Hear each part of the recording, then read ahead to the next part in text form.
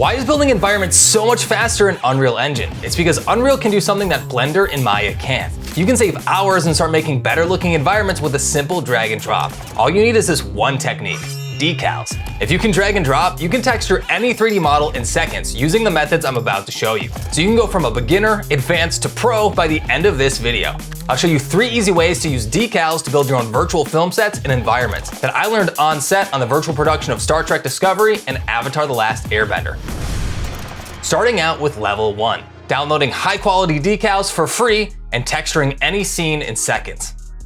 But first off, what is a decal? Well, if you've ever played Call of Duty and seen a bullet hole in the wall, that's a decal. It's a texture that you can apply over any surface instantly, and they're great to art direct any scene and tie together different 3D objects in your environment. And the best part about Unreal is that you can download high quality decals for free by just opening up your content browser by pressing Control Space and opening up Fab. From here, just find any asset created by Quixel, and then we can navigate to all the assets that are published by Quixel, and we can download any of these high quality assets for free. Just make sure to sort by price and only show the free assets. And then on the left-hand side, you'll see a separate menu just for decals. Some of my favorite ones are under the damage and grunge dropdown. We can use these for storytelling with bloody handprints, or just add grunge and leakage to any surface. You can even fake some 3-dimensional details with these concrete crack decals, which will look like they're carved into any surface. Just click on Add to Project, and these will instantly download into your content browser. So now, under your Fab folder, you can open up the Decals folder, and we can filter this by material instances. And now we'll get a list of all the different decals we just downloaded. Then, just drag and drop it into your 3D scene, and you can press the F key to zoom in on the location of this decal, and you'll notice this blue arrow in the middle of this decal. So we just need to point this at the surface we want to project our texture on, and then we can drag this around our environment until it's in the right spot. And if we were making a game, we could add in those bloody handprints.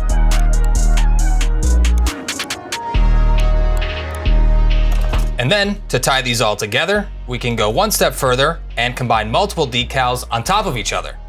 Let's add on this splatter decal. And then if I select this decal, I can see in my details panel that I can adjust the sort order to layer these on top or underneath any other decals. And we can dial it in by eye. Plus we can select multiple decals all at the same time, and we can Alt, click, and drag to duplicate these together and quickly customize your environment to lead your viewer's eye or the players in your game.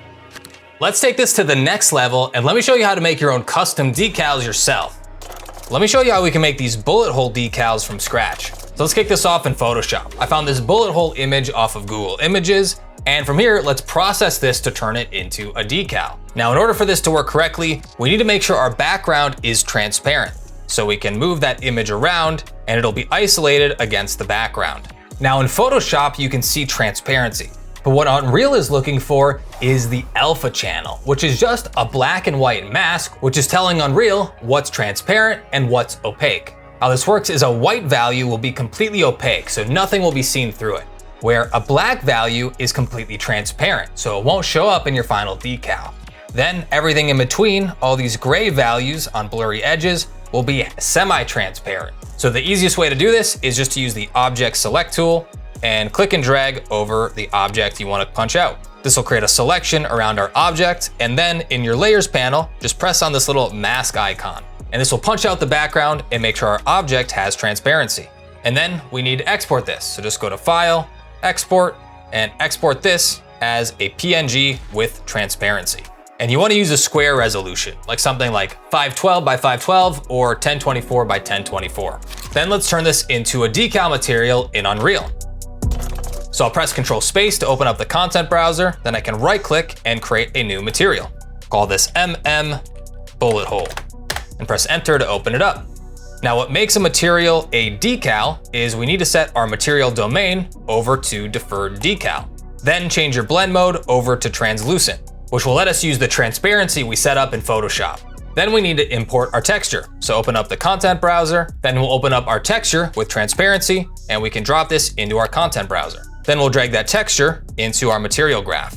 Now we can plug the RGB channels into the base color, and we can plug the A, which stands for our alpha channel, into the opacity.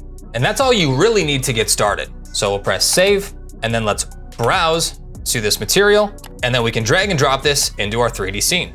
And now we have our bullet hole texture correctly applied onto our car.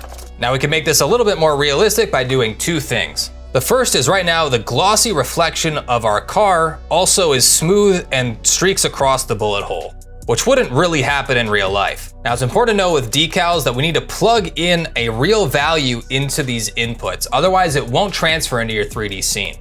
So I could just create a constant value and set our roughness to a value of 0.5. And then we need to plug in a normal map, which will define the three-dimensionality of our decal. Now to make one of these from scratch is really easy. You can use a website like SmartNormal. I'll leave a link for this below. Just load in your image, and then you can adjust the bias amount here to define the grooves of our texture. Then just click on save, and then right click and save this image. Then when you plug this in, you'll notice we get some nice three-dimensionality to our decal, and it'll react to these overhead lights depending on where I move it. I can also rotate this left and right, and it should react correctly. Then, just like before, we can Alt click and drag to duplicate these around and give them some slight changes to the scale and the rotation, and then we can move these around interactively until we're happy with the final result. By the way, if you're digging this so far, do me a favor and press the subscribe button down below. It takes just a second and it's the best way to support this channel because it tells YouTube to recommend this video to other artists just like you. And if you want to make your own Hollywood level films from home all by yourself, you can get my entire Unreal filmmaking toolkit when you join Unreal Fundamentals. I'll take you from a complete beginner to making your own action scenes and sci-fi films in just 30 minutes a day. So just go to unrealforvfx.com/fundamentals and join today. But we're not done yet. Let's take this to the next level by attaching our decals to characters and animate them.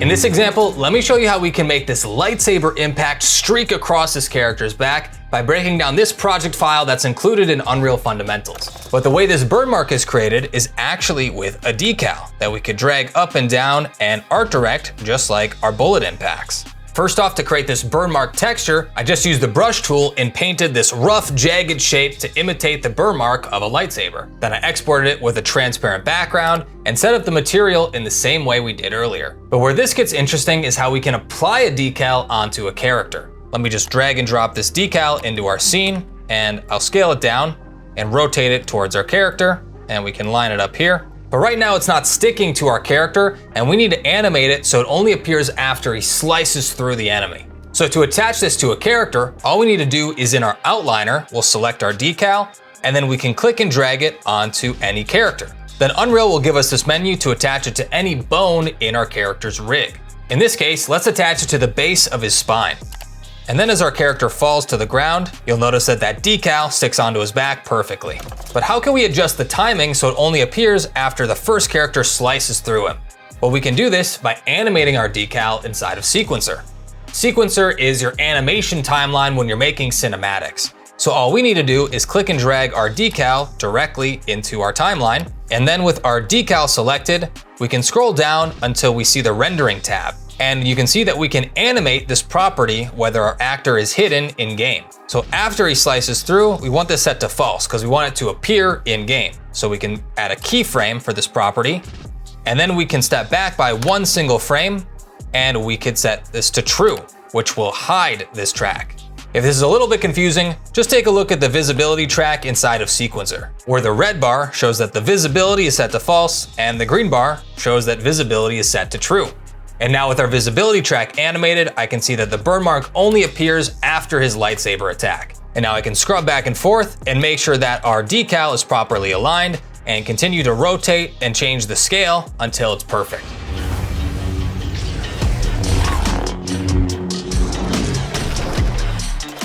So now you know some advanced techniques to add impacts like this into your cinematics. But let's take this to another level and let me show you some more ways to animate your decals, like in this example from Blade Runner.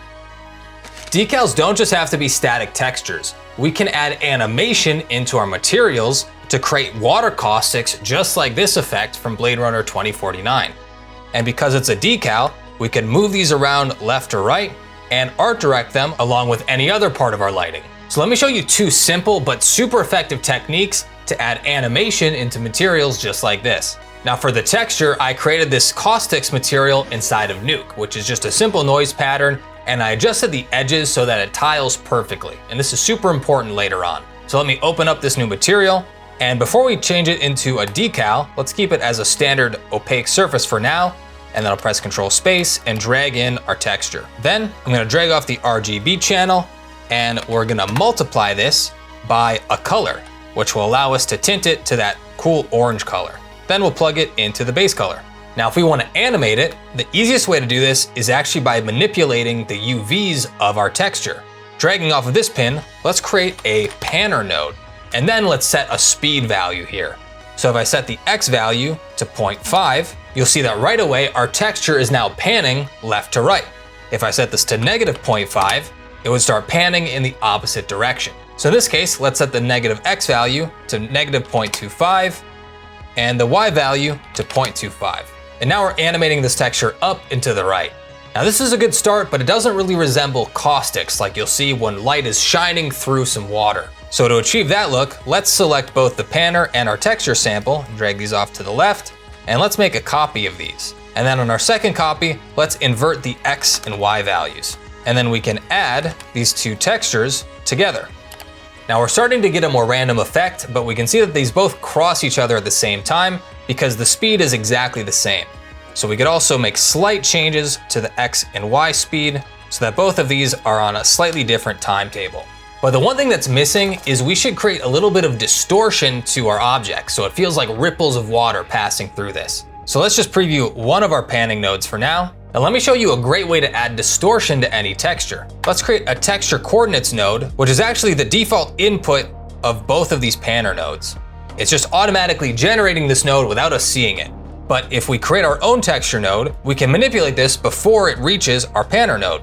So if we wanted to add distortion, we would just add in a new texture. So I'm gonna copy this texture sample, and I prepared a second texture, which is the same thing, but a bit blurry. If I add this texture, you'll notice we get these uneven ripples that are passing through our texture. Now to control this distortion, I could just multiply this up or down. So if I wanted half the distortion, I would multiply this by 0.5, or if I wanted double the distortion, I would multiply it by a value of 2. So 0.5 seems like a great value for now, and if I wanted that distortion moving through this pattern, I could just add another panner node and plug it into the UVs of this texture sample. And then let's change the speed to something totally different, like 0.05 and -0.04. And now we get this nice fluid distortion passing through our animated texture. So again, we could do the same exact thing by just copy and pasting this setup below and slightly adjusting the speed here so that we get a different result on both of them. Then let's add both of these textures together, and now we have a nice random distortion pattern here. Now there's two things we need to do if we want to convert this over into a proper decal material. The first thing is if we have a decal, we want to make sure we have soft edges. Otherwise we'll get these hard edge lines wherever we place our decal. So I'm going to create one more multiply node, and I'm going to multiply this by another texture sample. Here I'm going to search for gradient, and I have these pack of black and white nodes which I use to fade off the edges of any texture. Again, I'll leave a link for all these down below. But now you can see the light is most concentrated in the center of our texture, and it fades off towards the edges. With that in place, now all we need to do is convert this over to a decal material by changing our blend mode over to translucent and changing our domain over to deferred decal. Then I'm gonna make two quick tweaks. Instead of plugging this into the base color, I'm gonna take our color swatch here and plug this directly into the emissive color. Then we'll unplug this from our setup, leaving us with this black and white caustics map that we're gonna plug into the opacity. And now when I stop previewing this node, we'll have this swirling decal and we can pick any color we want. So let's save this. And then we can just pop open our content browser and click and drag our caustics material directly into our viewport. And now we have this smooth swirling caustics decal that we can move anywhere across our scene. But it's a super powerful technique to use the panner nodes to create simple animations just like this. Now by using the panning node and using these distortion tools, you can create awesome animations like this and apply them to decals to plaster them across any object in your 3D environment. But there's one more technique you have to learn if you want to start using decals just like the pros. Let me show you this awesome material setup to add animations like this into your decals. I learned this back on War of Being when we were working on this idea where the scribe character was casting spells from her temple, and out on the battlefield, I was trying out this idea of visualizing these spells cast into the middle of their arena. So I found a great method to create a decal that we can move anywhere across the arena that's animated all in real time. Plus, once you understand how all these systems work together, we can actually keyframe the animation of this spell directly inside of Sequencer. So we can adjust the timing at the start, and by the end, we'll see it drawn out and stick to the final animation. So let me show you how this works. Here's a look at the entire material setup, and I think you'd be surprised that it's actually pretty simple. All of the animation is actually driven by a single node, this flipbook material function. You can make this yourself by right-clicking in any material graph and just typing in flipbook. Flipbooks are really easy to set up. The most important factor is making sure your texture is set up correctly. If you look at this texture here, I have my entire video clip or animation all spread out in this 8x8 grid, meaning we have 8 images going left to right and another 8 images going top to bottom. If we multiply this together, that means we have 64 different frames that we can include in this one animation. So how do you create this texture? Well, it was actually pretty easy. First off, I created this motion graphics animation using After Effects by simply masking in and animating each one of these brush strokes. Then I rendered this out and brought it into Nuke so I could turn this into an 8x8 grid. All I needed to do was create a contact sheet node. And this will allow you to take your frames and convert them into a grid of images. I'm gonna set my rows and columns to an 8x8 grid, and we'll change the resolution to 2048 by 2048. Then I'll change the row order to top to bottom and the column order to left to right. And then I'm gonna use frames instead of inputs. And then I adjusted my frame range to start at a value of 0 and end at a value of 63, which is a total of 64 frames. Now this is a good start, but one thing I noticed is that the original animation I had was longer than 64 frames. It was actually 114 frames. So I just made a retime node. So I changed the speed until my output range matched the correct frame range. Then I could export this texture and drop it directly into Unreal. Then we just need to plug everything into our flipbook node, meaning we need to plug in the texture itself, set the number of rows and columns to an 8x8 grid, and then to adjust the timing, we need to plug in a value into the animation phase. Now, the default value here is just using a time node and plugging this in directly. And you'll see with this preview here that it will play indefinitely. Now, if I wanted to speed this up or slow it down, I'd use that same trick by simply multiplying it faster or slower. So I can multiply this by 0.5 to play it back at half speed, or I can multiply it by 2 and it would play at twice the speed. But if I wanted to animate this inside of Sequencer, then I can just plug in a scalar parameter by pressing the S key and clicking in my material graph. And now I can manually type in between a value of 0 and 1, like we're seeing here, to determine what frame and how far into our animation we want to go. And this means that I can drag my animation phase left or right and watch as the animation previews in real time, as long as I have this value between 0 and 1.